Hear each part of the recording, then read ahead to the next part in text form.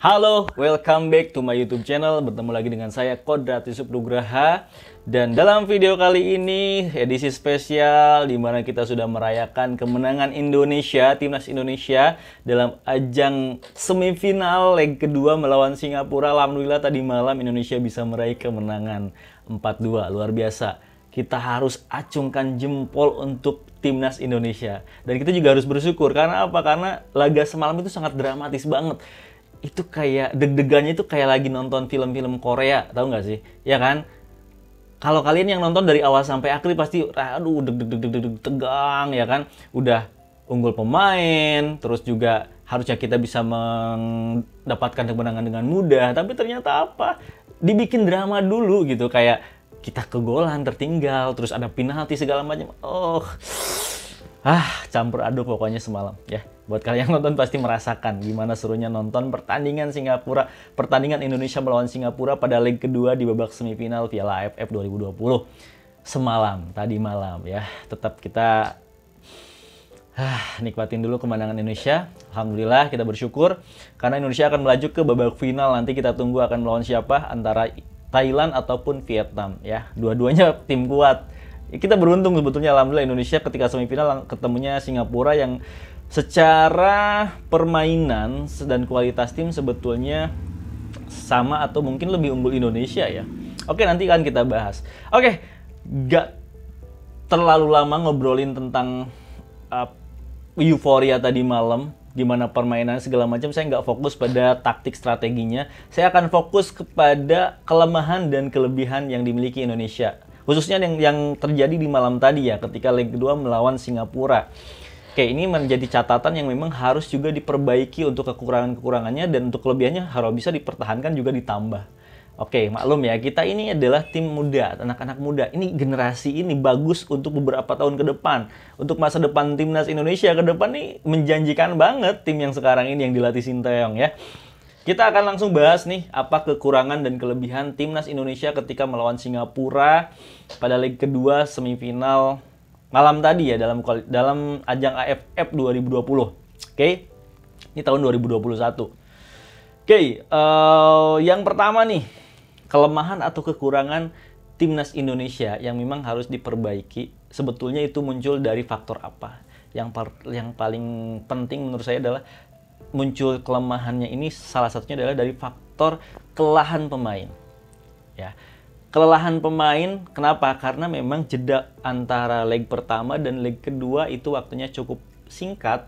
Sedangkan di leg pertama juga main Indonesia dalam kondisi yang lelah juga, karena sebelumnya sebelumnya babak penyisihan melawan Vietnam, kemudian melawan Malaysia, itu bukan tim yang mudah.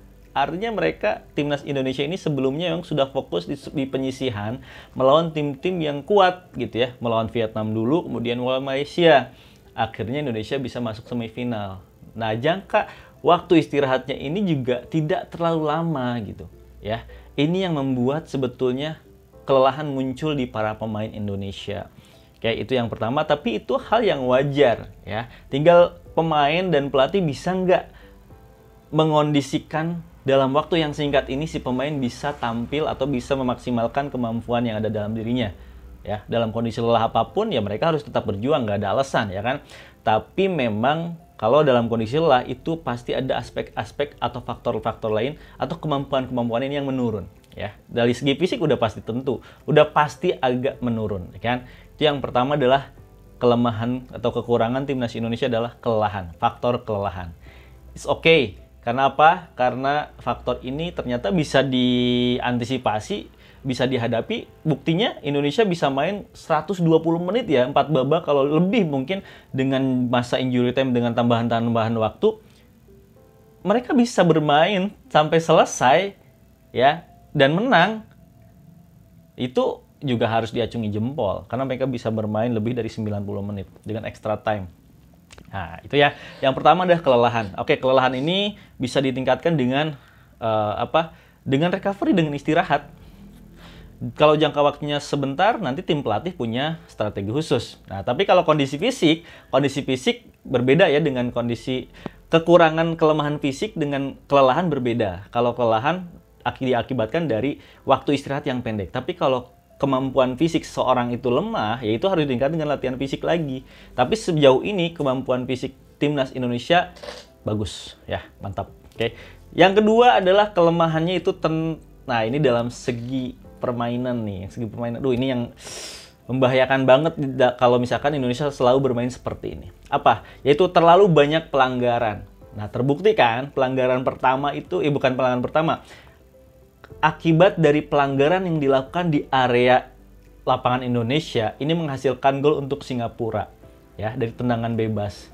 Ya, kelemahan Indonesia itu yang pertama adalah terlalu sering melakukan pelanggaran, terlalu agresif. Agresif bagus, cuman harus bisa mengontrol kapan saatnya memang diperlukan untuk mengontrol diri supaya tidak terjadi pelanggaran, atau misalnya memang bermain agresif untuk dapat penjaga lawan jika memang diperlukan, tapi dengan sportif ya, bukan berarti untuk mencederai, kan? Yang memang tidak bisa kita kontrol gitu kalau misalkan pelanggaran itu. Tapi kan ada batasan, pemain harus tahu nih, area sini terlalu berbahaya nih kalau pelanggaran, dan itu jika memang tidak perlu, nggak perlu gitu, itu harus ada ke arah situ. Ya, tapi nggak apa-apa, maklum anak muda terlalu bersemangat, terlalu agresif, ya pelanggaran itu sering terjadi. Nah, ini kan gol yang menyamakan kedudukan Indonesia dengan Singapura kan dari pelanggaran itu kan, ya dari tendangan bebas. Nah, itu kebetulan timnas Singapura memang ahli atau bagus dalam bola-bola mati. Ya, itu yang berbahaya. Nah, kemudian di babak kedua ketika Indonesia unggul jumlah pemain, tapi kok kenapa gitu Indonesia itu melakukan pelanggaran lagi. Udah tahu Malaysia lagi. Udah tahu Singapura itu dia jago dalam hal tendangan bebas. Dan pelatihnya pun udah tahu kelemahan Indonesia itu adalah apa. Kelemahan Indonesia selanjutnya adalah apa? Lemah dalam mengantisipasi bola-bola mati. Nah, udah tahu lemah dalam mengantisipasi bola-bola mati, harusnya pemain harus bisa menjaga, jangan sampai melakukan pelanggaran, diminimalisir sedikit mungkin. Kita udah unggul 11 pemain, lawan 10. Tapi kok masih saja melakukan pelanggaran di daerah-daerah yang memang cukup membahayakan. Bahkan nih, yang paling kacau nih. Indonesia udah unggul 2 pemain lebih. Singapura sudah bermain dengan 9 orang, Indonesia 11. Kok Indonesia bisa ketinggalan 2-1? Gara-gara apa? Gara-gara pelanggaran juga kan. Tendangan bebasnya itu susah diantisipasi masuk. Harusnya berpikir dong. Jumlah pemain kita udah unggul. Kenapa ketika ada serangan balik itu masih dijegal itu orang pemain Singapura? Harusnya apa? Di-delay, dijaga sampai teman-teman yang di depan itu mundur, bisa menjaga area pertahanan lain. Nah, ini ada sedikit kepanikan nih ketika Singapura melakukan serangan balik. Kenapa? Singapura memang jago dalam melakukan serangan-serangan balik dan berbahaya gitu ya. Oke, untuk Singapura kita bahas nanti lah ya kelebihan-kelebihannya. Itu ya, terlalu banyak pelanggaran ini yang harus dihilangkan. Kalau bisa diminimalisir ketika nanti melawan atau dalam babak final. Ya, jangan terlalu sering menjatuhkan lawan. Ya, harus lebih smooth, tapi agresif tapi smooth. Bisa nggak tuh? Bisa dong, harus dilatih. Ya. Kemudian yang selanjutnya nih kelemahannya. Yang ketiga adalah, nah ini yang tadi saya sebut adalah masih lemah dalam mengantisipasi bola mati seperti yang disampaikan oleh pelatih Singapura. Indonesia itu lemah dalam bola-bola mati, maka Singapura akan memaksimalkan ketika ada tendangan-tendangan bebas ataupun tendangan-tendangan sudut. Terbukti 2 golnya itu dari tendangan bola mati ya, dari tendangan bebas. Oke, sejauh ini pelatih Singapura bener berhasil. Tinggal Indonesia nih, tinggal berpikir, ya kelemahannya udah dikasih tahu tuh sama pelatih lawan, harusnya itu dijaga. Ya karena apa? Karena kalau melakukan pelanggaran, ada tendangan bebas, kita lemah di situ. Ya itu yang harus dihindari. Kalau kita lemah di situ ya jangan biarin kelemahan kita itu diobrak-abrik atau dimanfaatkan oleh lawan. Ya, kecuali kalau kita memang sudah jago, sudah mampu untuk mengantisipasi bola-bola mati ya nggak masalah, beda cerita ya. Oke, selanjutnya adalah yang keempat nih. Ini terlihat ketika babak kedua kita sudah tertinggal 2 gol. Sudah tertinggal 1 gol ya, 2-1. Meskipun di situ ada dimasukkan pemain baru Egy Maulana Fikri, kemudian juga Elkan Bagot, dan satu lagi Irfan Jaya. Tapi terlihat di babak kedua ini pemain tidak begitu maksimal mainnya, malah seperti kehilangan arah. Di sini timnas Indonesia perlu sosok pemimpin, leader. Meskipun di situ ada Asnawi sebagai kapten, tetapi perlu sosok yang lebih bisa menenangkan pemain, memotivasi dan mengatur ya supaya tetap bisa kondusif nih pertandingan. Masuknya Egy Maulana Fikri diharapkan bisa menambah daya gedor atau daya serang dari timnas Indonesia dan juga mengatur ritme permainan, arah serangan. Cuman masalahnya ini kelemahan yang selanjutnya nih ya kalau menurut saya. Posisi Egy ketika masuk di babak kedua itu tidak dalam posisi yang tepat. Ya, seharusnya yang masuk dalam posisi Egy itu adalah seorang Evan Dimas. Terbukti ya, Egy tidak terlalu banyak memberikan kontribusi di babak kedua nih ya. Kita bahasnya babak kedua nih. Egy itu tidak terlalu banyak berfungsi atau tidak terlalu banyak berkontribusi dalam permainan di babak kedua ini. Ya, nggak ada gol yang memang, maksudnya bukan nggak ada gol. Ada gol jadi dua sama, cuman memang dari segi permainan tidak terlalu berubah, tidak terlalu bagus. Oke, Egy, nih saya sebutin aja langsung. Egy itu harusnya ada di posisi di belakang striker, second striker. Ketika Egy berada di dekat kotak penalti, nah itu di situ dia berbahaya. Jadi Egy itu harus mendapatkan bola itu kalau udah deket di sekitar kotak penalti. Kalau dia dapat bola dari tengah, dia harus membagi, dia yang harus mengatur. Sementara Egy itu nggak terlalu cocok kalau menurut saya untuk di situ. Dia harus berada di depan kotak penalti lawan. Karena di situ dia bisa berkreasi. Dia kayak nalurinya itu kalau udah di daerah situ dapat bola, kayaknya udah bahaya deh pokoknya dia itu, ya. Nah, jadi yang posisinya Egy itu harusnya diisi oleh Evan Dimas, Egy didorong ke depan. Harusnya seperti itu. Nah, itu yang terjadi di babak extra time. Jadi Sintayong masukkan Evan Dimas, otomatis Egy main ke depan. Nah, di sini terlihat di extra time itu dari babak pertama sampai babak terakhir, Indonesia main luar biasa. Serangannya banyak, kreativitasnya, bahkan gol yang ketiga itu dihasilkan dari kreativitas Egy. Bener nggak? Nah, itu Egy benar-benar berbahaya kalau dia sudah berada di posisi di area kotak penalti. Makanya ketika di babak kedua, ketika Egy masuk tidak terlalu terlihat. Ya, karena dia memang dapatkan bola di tengah, dia nggak bisa langsung menusuk ke kotak penalti penuh. Berapa pemain Singapura menutup area di depan kotak penalti, dan Egy nggak mungkin bisa menembus sendiri ke situ karena ditutup terus, ya kan? Akhirnya dia harus membagi lagi di depannya, nggak ada yang terlalu kreatif untuk melakukan pergerakan seperti Egy. Nah, itu yang sulit. Tapi alhamdulillahnya nih kita juga harus acungi jempol kepada siapa? Nadeo. Ketika penalti dia memiliki ketenangan, akhirnya bisa menahan serangan atau tendangan penalti dari Singapura. Akhirnya kita bisa melanjutkan permainan di extra time. Nah, di extra time muncul sosok Evan Dimas, ya luar biasa bagus. Kita lanjut dulu kekurangannya nih. Tadi posisi Egy tidak efektif ditempatkan di tengah mengisi posisi Evan Dimas. Ya betul, itu ya kelemahannya. Jadi Egy harus didorong agak ke depan. Di belakangnya Egy harus ada Evan Dimas yang mengatur gitu ya. Cocok itu kalau kayak gitu. Seperti babak extra time. Nah, kemudian kelemahannya nih yang kenapa ini? Kelemahan yang selanjutnya adalah Indonesia kayaknya belum bisa memaksimalkan kelebihan jumlah pemain.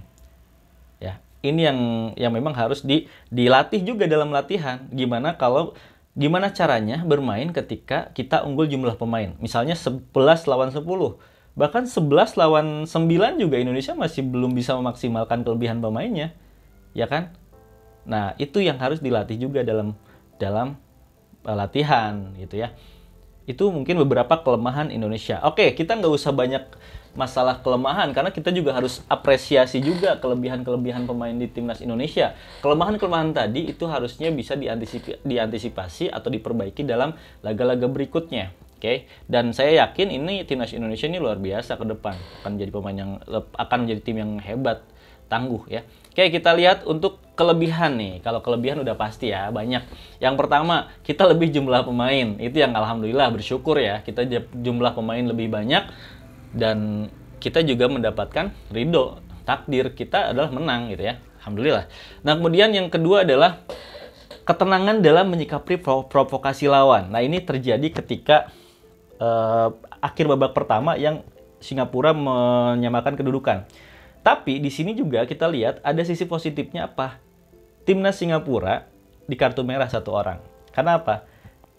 Kalau seandainya pemain Indonesia terprovokasi dan ketika ada sikutan kemudian memukul, mungkin dua-duanya kartu merah. Tetapi ini bagusnya itu adalah ketenangan dalam menyikapi provokasi lawan. Pemain belakang Indonesia itu meskipun diprovokasi oleh pemain Singapura, disikut, tetap menghadapinya dengan tenang. Dan akhirnya apa? Malah pemain Singapura yang mendapatkan kartu merah. Nah, ini juga harus diapresiasi karena apa? Ketenangan itu dibutuhkan, ya. Ketenangan itu dibutuhkan untuk menghadapi tim-tim yang memang memprovokasi kita gitu. Apalagi di depan area kotak penalti. Nah, itu golnya juga itu karena apa? Karena hilang fokus dari pemain kita. Terlalu lama ribut, jadi pemain Indonesia nggak terlalu fokus, hilang fokus. Nah, itu kekurangannya salah satunya. Dan kelebihannya adalah ya kita tenang, pemain kita tenang dalam menghadapi provokasi lawan. Oke, selanjutnya kelebihannya adalah, nah, sudah tahu Indonesia ini dalam kondisi kelelahan, ya. Mereka bermain lelah, tetapi mereka bisa mengatur ritme atau kondisi fisik mereka supaya tetap dalam kondisi yang siap untuk bertanding, untuk menyelesaikan pertandingan, ya. Nah, ini Indonesia bagus ya, pemain Indonesia bisa mengatur ritme itu. Kalau seandainya Indonesia terus gencar-gencaran, main cepat segala macam, mungkin bisa habis nih tenaga. Tapi Indonesia mencoba untuk tetap tenang, bermain dari kaki ke kaki, kerja sama tim, ada peluang, ada kesempatan untuk melakukan serangan cepat-cepat, nggak ada kesempatan untuk itu. Mereka bermain tenang, lambat. Nah, ini salah satu memang yang menurut saya, ini untuk tim yang terhitung masih usia muda, ini termasuknya udah agak matang nih, ya, karena mereka bisa mengatur ritme permainan mereka supaya tidak kelelahan, supaya tidak habis fisik mereka. Nah, itu kelebihan yang harus ditingkatkan nih, ya. Nah, kemudian selanjutnya, nah udah jelas ya, yang selanjutnya adalah skill individu. Skill individu di Indonesia dari belakang sampai ke depan rata, bagus semua di atas Singapura, ya. Kemampuan Indonesia dalam skill individu di atas Singapura, bagus. Teamworknya juga bagus Indonesia. Ini kelebihan yang harus ditingkatkan, terus tingkatkan, ya. Oke, kemudian, nah, ini berkaitan dengan mental nih. Kelebihannya adalah bisa mengendalikan ketegangan, ya. Meskipun Indonesia sudah tertinggal 2-1 oleh Singapura, tetapi Indonesia mampu mengendalikan tekanan mental atau ketegangan yang ada dalam diri mereka. Meskipun awal-awal ketika tertinggal 2-1, Indonesia sempat bermain agak ngaco, agak panik. Dapat bola, crossing, buang-buang bola, buang-buang waktu. Itu sempat terjadi beberapa menit.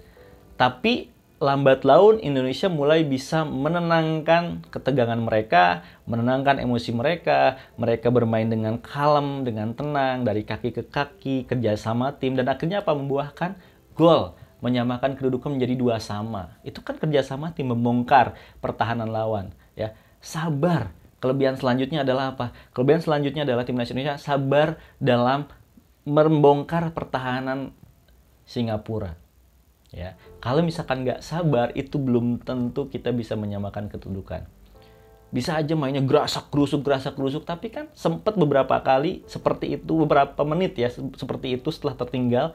Tapi dalam sisa-sisa waktu selanjutnya, Indonesia bermain tenang lagi. Dari kaki ke kaki lagi. Mencoba membongkar pertahanan lawan.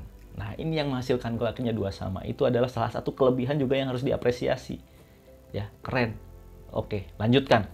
Oke, nah selanjutnya adalah kita harus apresiasi juga nih kepada siapa? Kepada Nadeo, kiper kita nih, kalau misalnya dia tidak bisa menjaga, menahan tendangan penalti dari pemain Singapura, itu kan menit 90. Ya udah mungkin kita kalah ya.